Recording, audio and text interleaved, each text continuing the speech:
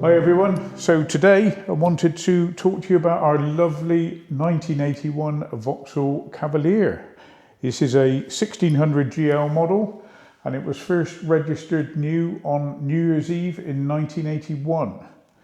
Its first and only owner really kept it on the road for about 10 years, and then with 38,000 miles on the clock it had a seized water pump.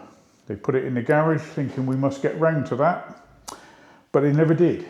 And in early 2025, it was exhumed from storage and sent to Mathewsons auctions, where it was sold to our much missed lovely late founder, Pat Hawkins, in early 2025. The Bangers and Cash team actually filmed Pat buying the car, and the intention was always to then subsequently film it coming into the museum. As most of you will know, we sadly lost Pat last August, but the Bangers and Cash team remained true to their word, and they did come down last autumn and filmed us bringing it from Pat's house and into here. So that episode is going out on April the 23rd, 2026. So please tune in and watch it. We certainly will be. The car here is presented as if it was going on holiday, 1981, with the surfboard, the suitcases, the thermos, the map books, and just to keep things interesting on the journey, the Demis Roussos cassette. Thank you.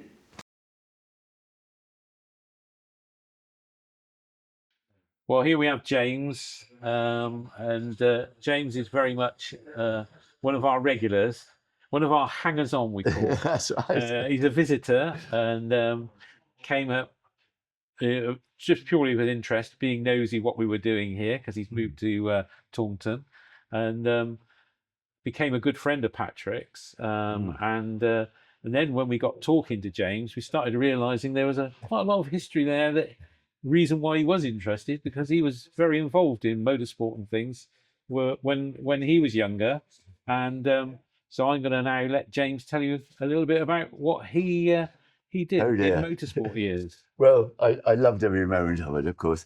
Patrick and all the people here in the museum have been very, very kind to me.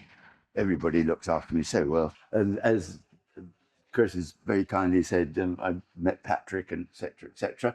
A lot of the things that I mustn't tell you, but two of the things, I was lucky enough really to enjoy a good life, and I became interested in motorsport through various people, and I thought I'd have a little try, and did reasonably well, as I say, but this is me, in fact, my first Mini Cooper.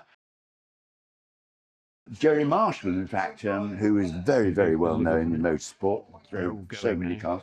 I was actually in front of him at once. Martin Davidson, who you can't see just there, he was winning everything at that time in the Cooper Minis. There was no sponsorship, of course, in those days. And Dunlop were very pleased with me because I used to burn their tyres out. I used to do at least 2 tyres in every race we went to. I couldn't afford the beer on the way home then. That's another shot of me there. That wasn't actually my car, but he and I can't remember his name, he came from Birmingham, but he had a in the engine, which I didn't have. I had small modifications by Taurus, who were very good.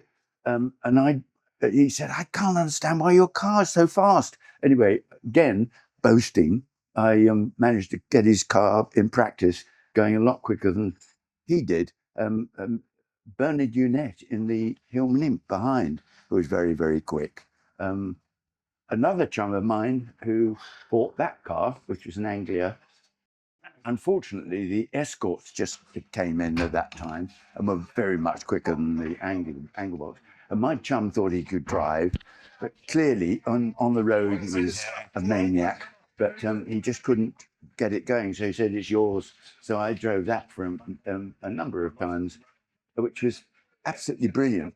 But in that, the wheels, as you can see there, are so wide, and my soft southerner's hands, I cut them. I came back in after the first practice, and I thought, that's sticky. And it was blood, because it was so hard. Anyway, we got the other chums bandaged up the steering wheel, and it was all okay. But probably certainly the fastest, best car I ever drove. Again, it wasn't mine, couldn't afford that sort of thing. There was a chap named John Roberts that owned it, and I think he bought it direct from Lotus. It was the last front-engine Formula One Lotus in 1959, which was Graham Hill's car. I've got photographs at home of Graham looking over the car before, and I practiced it and raced it a couple of times for John, and lucky enough to be able to pedal it just a bit quicker than he could. So yeah, there it was, and what a wonderful, wonderful car it was. A proper racing car. You had to change gear, not like all this stuff now. Another photograph that I managed, I have to be honest and say it was given to me some many years ago. A wonderful photograph of Sterling Moss and the DB3S, actually signed by Sterling, and being followed. It's at Madgwick Corner at Goodwood, obviously Goodwood, followed by Duncan Hamilton, known as Drunken Duncan. He was marvellous for a Jaguar. He was actually sacked for winning Le Mans because he didn't do as he was told. He just kept breaking the lap record, and when it was raining and what have you. But he was invited back. And what a character he was.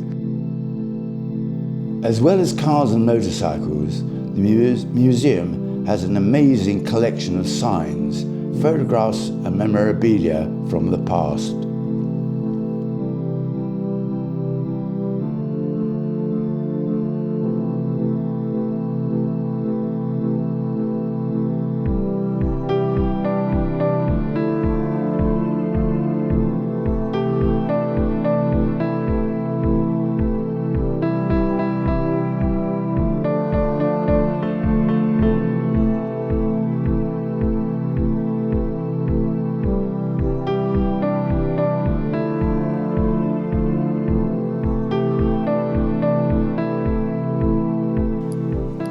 Oh, hi Max. Hey Tim.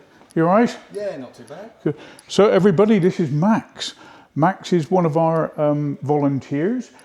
He comes into us every Thursday and helps keep the cars looking smart and well polished. And Max has been doing that as part of his Gold Award with the Duke of Edinburgh scheme, which he's been very successful with.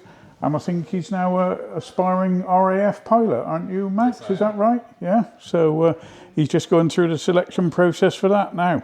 So this is our lovely Ford Escort twin cam, and you're about to hear our much missed late founder, Mr. Patrick Hawkins, talking to you about it.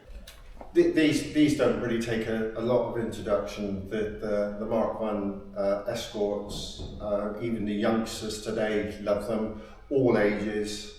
There's somebody in all sectors of life that love a Mark 1 Escort, and especially one with the history that this one has. This is an original twin cam. It is a works car, so in other words, it was originally built as a rally car in '69. It entered the 69, 70, 71 and 72 RAC rallies. It's done the Trent Rally, it's done Welsh Rally, it's done loads and loads of rallies. In total, I think about 40.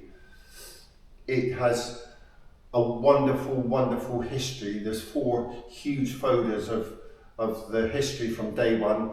And it also has the original green buff logbook, which is pretty rare to have that, where they get destroyed or lost or whatever over the years. It is absolutely great.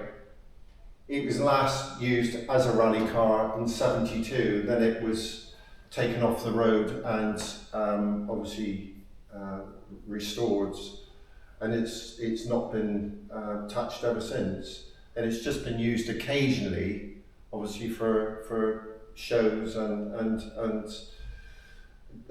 just some road use, but it's done, I think, less than about 2,000 miles in the last close on 50 years, which is great. I mean, loads of people just transport them by a transporter or a trailer or whatever, take them to various shows.